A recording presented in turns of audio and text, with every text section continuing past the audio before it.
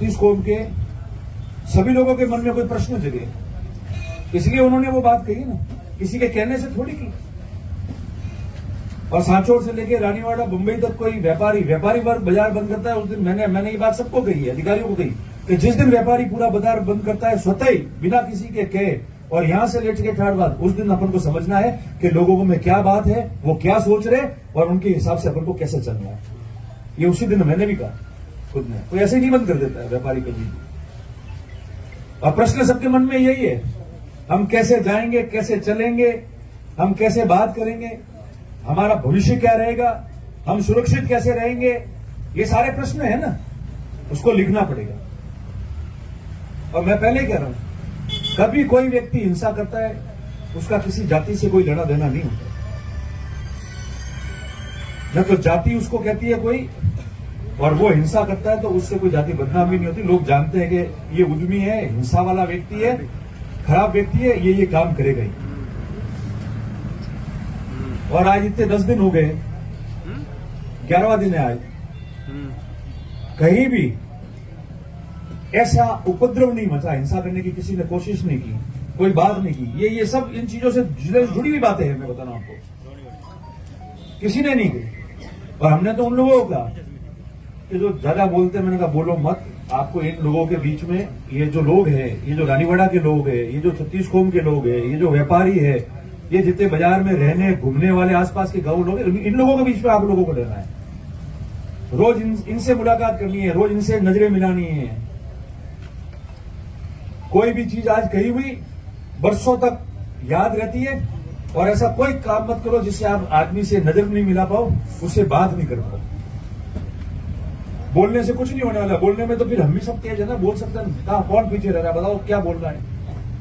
मगर समझदार मूर्ख जो होगा ना, मूर्ख होगा, बेईमान होगा, जिसकी आपराधिक सोच होगी, वो उकसाने की कोशिश करेगा, वो बोलने की कोशिश करेगा। जो समझदार होगा, गंभीर होगा, जो अपने समाजों के, वर्गों के, अपने शहर व्यापारियों की चिंतन करेगा, वो चुप रहेगा, वो घूंट पिएगा।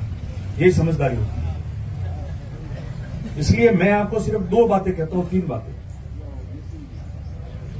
जो बीत गई, जिस हिसाब से प्रेस अब नहीं रख पाए, अलग बात है। आज आपकी भावना ये,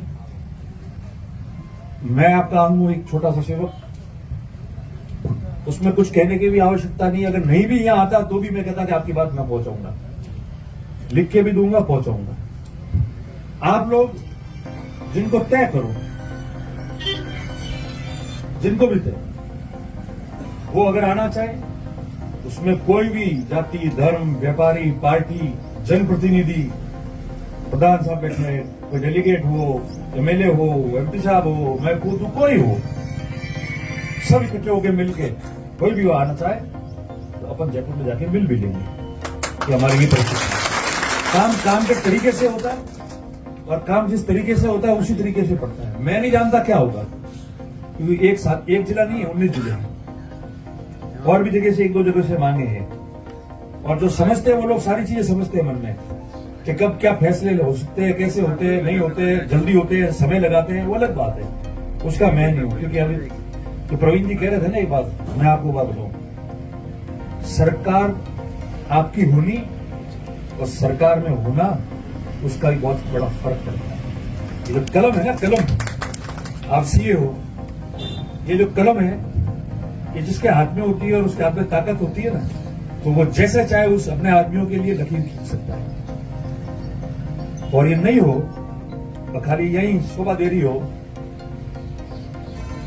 तो अपन खुद भी पैरवीकार हो गए।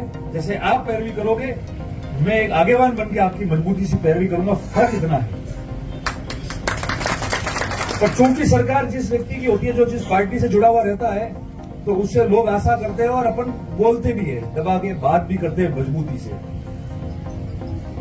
मगर जो उस सरकार के कैबिनेट में बैठता है और जो विधानसभा के अंदर जाके बैठता है, उसका अपना एक महत्व होता है, वो सच्चाई है, और वो सच्चाई से कोई नकार नहीं सकता। मैं कह दूं कि विधानसभा के अंदर कोई जाए, ठीक है यार, कोई नहीं है, तो वो गलत बात है। हर एक का अपना एक महत्व होता है, वो कोई हो, किसी पार्टी जीत के जाए, और सरकार के अंदर मंत्री बन के बैठता है, उसका अलग महत्व होता है, अपनी बात अलग तरीके से करता है। और अगर मैं बाहर हूं, सरकार उस पार्टी की है जिस पार्टी में मैं हूं, और भले चुनाव हारे हुए, मगर आप लोगों के आशीर्वाद से आपकी बात रखने में और पैरवी करने में आज भी वो मजबूती और जिगर है, उसमें कोई कमी नहीं रहेगी। आप लोग तय कर लेना। और बिना राजनीतिक भेदभाव, जैसे मैंने सारी बातें कही है, मैंने किसी व्यक्ति की राजनीतिक मंशा की कोई बात नहीं की, किसकी मंशा क्या हो सकती है, और इस मामले में किसी की मंशा भी नहीं होगी।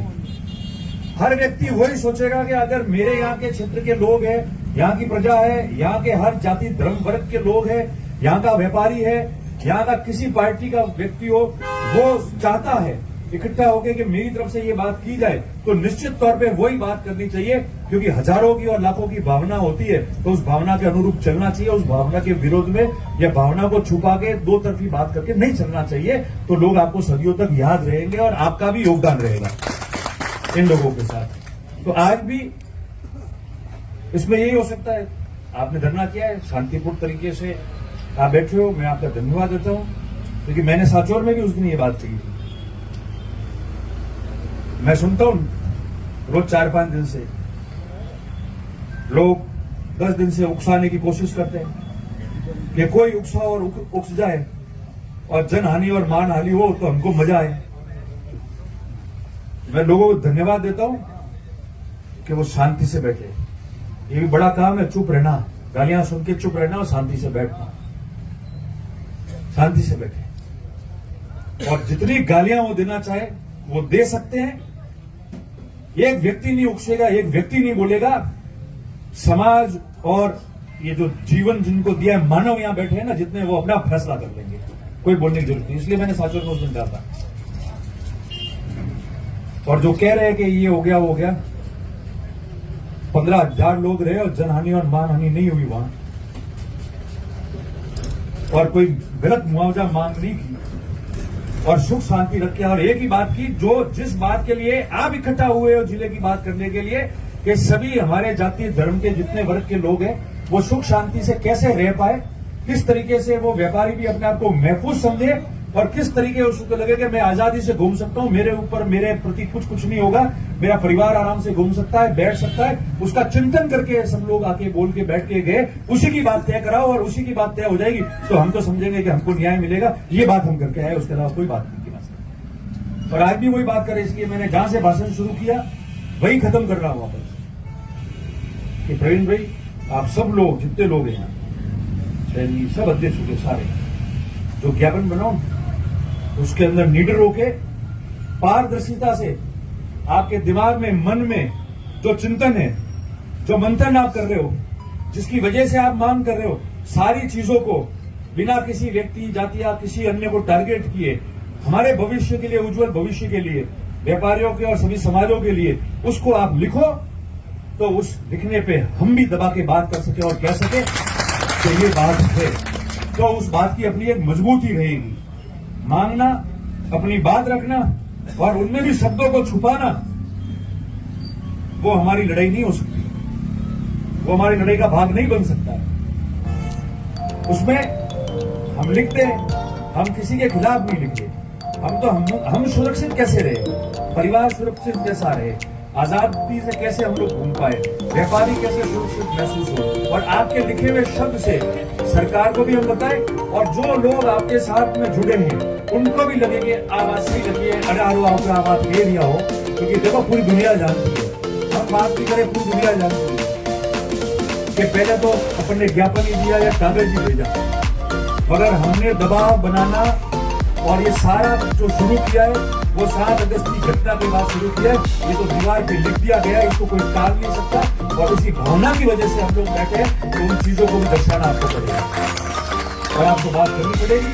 और पुनः मैं आपको कहता हूँ, आप जहां मुझे चाहो, जिस रूप में चाहो, मैं 1 सेकंड देरी नहीं लगाऊंगा, मैं आपके साथ में, आपकी भावनाओं, आपकी बात के साथ में खड़ा हूं और खड़ा रहूंगा, खड़ा रह के भी बताऊंगा। और दूसरी, आपको बात पहुंचाने के लिए जिस अधिकारी के पास, जिस प्रशासन के पास या सरकार के लोगों के पास जाना है, आप तय करना कौन कौन आप लोग आओगे, कब आना है, आपस में बात कर लेंगे, तारीख तय कर लेंगे और आप जहां चाहोगे मैं आपके साथ में इस रानीवाड़ा से लेकर जयपुर तक साथ चलने को तैयार हूं और प्रत्येक आपके सामने आपकी बात मजबूती से रखने में मैं कोई कमी नहीं छोड़ूंगा, वो आपको दिख जाएगा।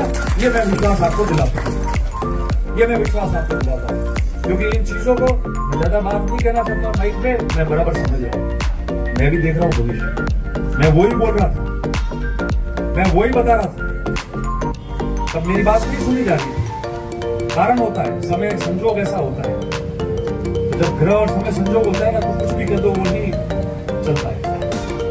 और यही बातें मैं कह रहा हूं इतने समय से, जो आज भी, और आज भी मैं कह रहा हूं अनुशासन जरूरी है।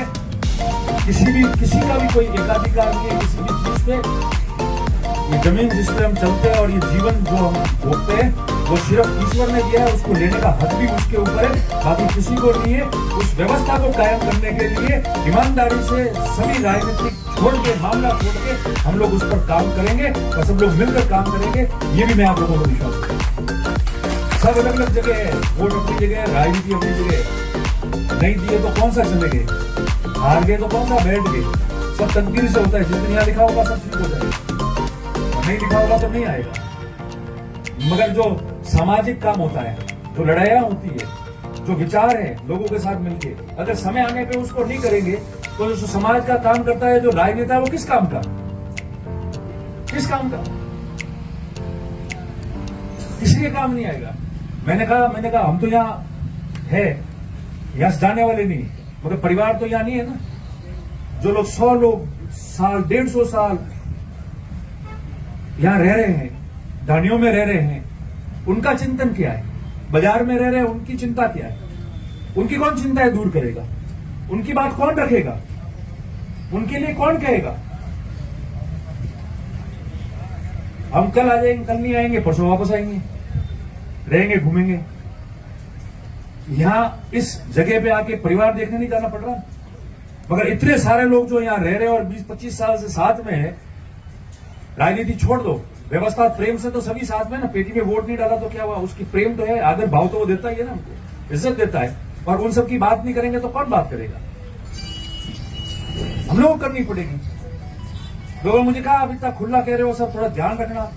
मैंने कहा ध्यान तो अगला जो गया वो भी रखता था, यहाँ लिखी होगी ना, उस दिन कोई टाल नहीं सकता। और जब तक उसने नहीं लिखी है तब तक कुछ नहीं होता है। हम में से किसी को गलतफहमी में रहने की जरूरत नहीं। पर मैं आपको एक ही बात कह रहा हूं कि 2 अंतिम निवेदन है। आप लोग आपकी बात शांतिपूर्ण तरीके से कहो, जब को आने को मैं तैयार हूं। और तीसरी बात, कोई भी व्यक्ति,